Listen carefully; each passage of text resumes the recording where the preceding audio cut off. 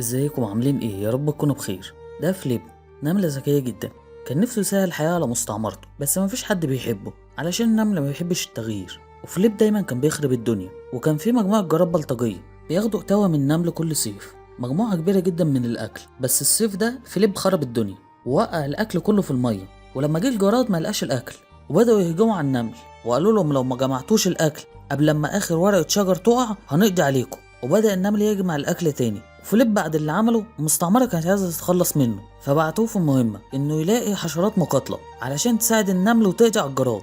والكل كان متوقع إنه يموت قبل ما يلاقي الحشرات المقاتلة، بس فليب نجح إنه يوصل لمدينة الحشرات وبدأ يدور على حشرات مقاتلة. وكان فيه شوية حشرات سيرك فاشلين ومفيش عرض بيعملوه بينجح، وفي الآخر انطردوا من السيرك وراحوا يشربوا علشان ينسوا فشلهم. بس جت مجموعة من الدبان تتخانق معاهم وحاولوا يخوفوهم، وفليب شاف كده فافتكر انهم حشرات مقاتله، ولكن فليب ما شافهمش وهم كان هيتعمل منهم هريسه، وقدروا انهم يهربوا من الدبان.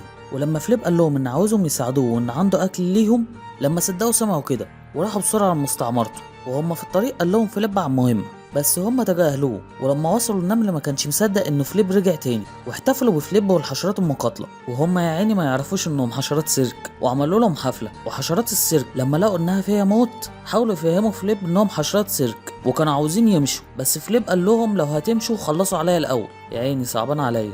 ولكن برضه كانوا عاوزين يمشوا، العمر مش بعزايا يا جدعان. وهم ماشيين راحوا عند عش عصفور، والعصفور بدأ يهاجمهم وهربوا منه. بس الأميرة الصغيرة كانت هتتاكل، وراحت الحشرة دي وأنقذتها، ولكن وقع عليها طوبة وأغمى عليها، والعصفور كان هياكلهم خلاص. وبدأ فليب والحشرات التانية ينقذوهم وهربوا بصعوبة من العصفورة ورجعوا مستعمرة النمل تاني. والنمل كان فرحان بشجاعتهم جدا. طب ما هم حلوين، هم امال خايفين ليه؟ وبعدها بدأوا يحطوا خطة علشان يقضوا على الجراد، وفكروا انهم يبنوا طائر علشان الجراد بيخاف من الطيور، واول ما هيشوفوها هيهربوا. بدأوا يبنوا، وبالفعل بعد شغل كتير قدروا يبنوا الطائر ورفعوه فوق في الشجرة. وبدأ الجراد يستعد للهجوم، والنمل كان بيحتفل بالخطة اللي كانوا عاملينها. ولكن في الوقت ده جه مدير السيرك وبوظ عليهم الدنيا، وقال للنمل انهم ممثلين سيرك وانهم مش ابطال. واكتشف النمل ان فليب هو اللي فكر في خطة الطائر وان كذب عليهم، والاميرة مشيته من المستعمرة. ومع سقوط اخر ورقة شجر بدأ الجراد الهجوم على النمل، والنمل ما كانش لاقي يجمع كمية الأكل المناسبة، وبدأوا يهجموا عليهم وأجبروهم إنه يجمعوا كل الأكل. مجموعة من النمل الصغير قدروا يهربوا واستخبوا. سمعوا الجراد وهو بيتكلم وبيقول إنهم هيقضوا على الملكة بعد ما يجمعوا الأكل علشان تبقى عبرة ليهم. والأميرة الصغيرة راحت تجيب مساعدة عشان تلحق الملكة قبل ما تموت، بس شافها جرادة وهي بتهرب وطردتها ووقعت من على صخرة. والجرادة كانت بتحسبها ماتت وسابتها ومشيت، ولكنها قدرت تطير وراحت لفليب وبدأت تقنعه انه يقدر يوقف الجراد وانه لازم يرجع ويساعد الملكة. ووافق ورجع تاني للمستعمرة. وفريق السيرك راح وقف قدام الجراد بحجة انهم هيقدموا عرض. وفي نفس الوقت فليب تسلل للشجرة وبدأ العرض، وقدروا ينقذوا الملكة ويخبوها.